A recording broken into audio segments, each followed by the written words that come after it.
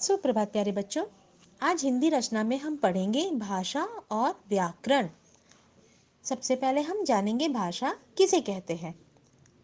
भाषा बोलचाल तथा लिखने का वह माध्यम है जिसके द्वारा हम अपने विचारों और भावों को प्रकट करते हैं तथा दूसरे के विचारों और भावों को समझते हैं।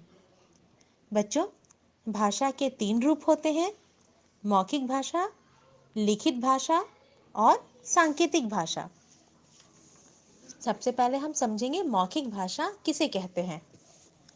बच्चों, मुख से जो कुछ बोला जाता है तथा कानों से सुना जाता है वह भाषा का मौखिक रूप होता है। जैसे कहानी सुनना, फोन पर बातें करना, यह सब मौखिक भाषा के उदाहरण हैं। अब हम जानेंगे लिखित भाषा किसे कहते हैं। जो कुछ लिखा और पढ़ा जाता है वह भाषा का लिखित रूप है। जैसे निबंध लिखना, समाचार पत्र पढ़ना। सांकेतिक भाषा, जब हम अपने मन के भाव संकेत द्वारा प्रकट करते हैं तो उसे सांकेतिक भाषा कहते हैं।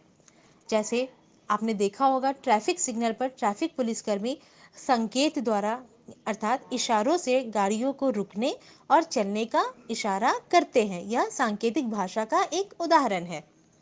अब हम समझेंगे व्याकरण। बच्चों, व्याकरण वह शास्त्र है जो हमें किसी भाषा को शुद्ध रूप से लिखने तथा बोलने के नियमों का ज्ञान कराता है। अब हम पढ़ेंगे मातृभाषा। मातृभाषा वह भाषा होती है जो बच्चा अपने परिवार और माँ से सीखता है। जैसे किसी बच्चे की परवरिश गुजराती परिवार में हुई है तो उस बच्चे की मातृभाषा गुजराती हुई। अगर वो बच्चा किसी पंजाबी परिवार का है तो उसकी मातृभाषा पंजाबी हुई। बच्चों, अब हम पढ़ेंगे लिपि। लिपि अर्थात लिखावट, लिखने की पद्धति। भाषा को लिखने के लिए जो विशेष चिन्ह निश्चित किए जाते हैं उनके व्यवस्थित रूप को लिपि कहते हैं। बच्चों, संसार में बहुत सी भाषाएं प्रचलित हैं जो प्रायः भिन्न भिन्न लिपियों में लिखी जाती हैं। जैसे हिंदी और संस्कृत भाषाएं देवनागरी लिपि में लिखी जाती है, उर्दू की लिपि फारसी है, अंग्रेजी की रोमन तथा पंजाबी की गुरुमुखी है। बच्चों, हिंदी हमारे देश की राजभाषा है। हर राज्य में अलग अलग भाषा बोली जाती है।